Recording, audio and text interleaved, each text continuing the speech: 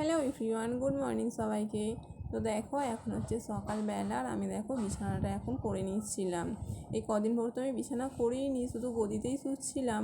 কিন্তু ভাবলাম যে গদিতে বেশি শুলে তো গদিটা নষ্ট হয়ে যাবে, কিন্তু আমার ছেলে নয় এত বিছানাটা নোংরা করে, সেই কারণে আমি আর বিছানাটা করতে আমার ভালোই লাগছিলো না এই কদিন, সেই কারণেই আমি আর বিছানা করিনি।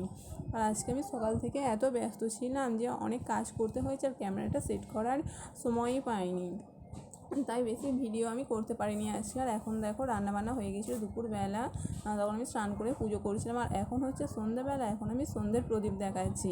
এর মাঝখানে অনেক কাজ করেছি, কিন্তু ক্যামেরা সেট করা হয়নি, তার জন্য ভিডিওটাও তোলা হয়নি। তো কী আর করা যাবে। তো এখন দেখো সন্ধ্যে দেওয়া হয়ে গিয়ে দেখো এখন আমার ছেলেকে পড়াতে বসিয়েছি, ওকে আমি কিছু কাজ দেবো, দিয়ে তারপরে তো আবার খাবার দাবার করতে হবে, সেই জন্যই ওকে কিছু কাজ আমি দিয়ে যাচ্ছিলাম, ও বসে বসে করবে। আর এখন আমি দেখো কাজগুলো করছিল, ততক্ষণ আমি চলে এসেছিলাম রুটি করতে।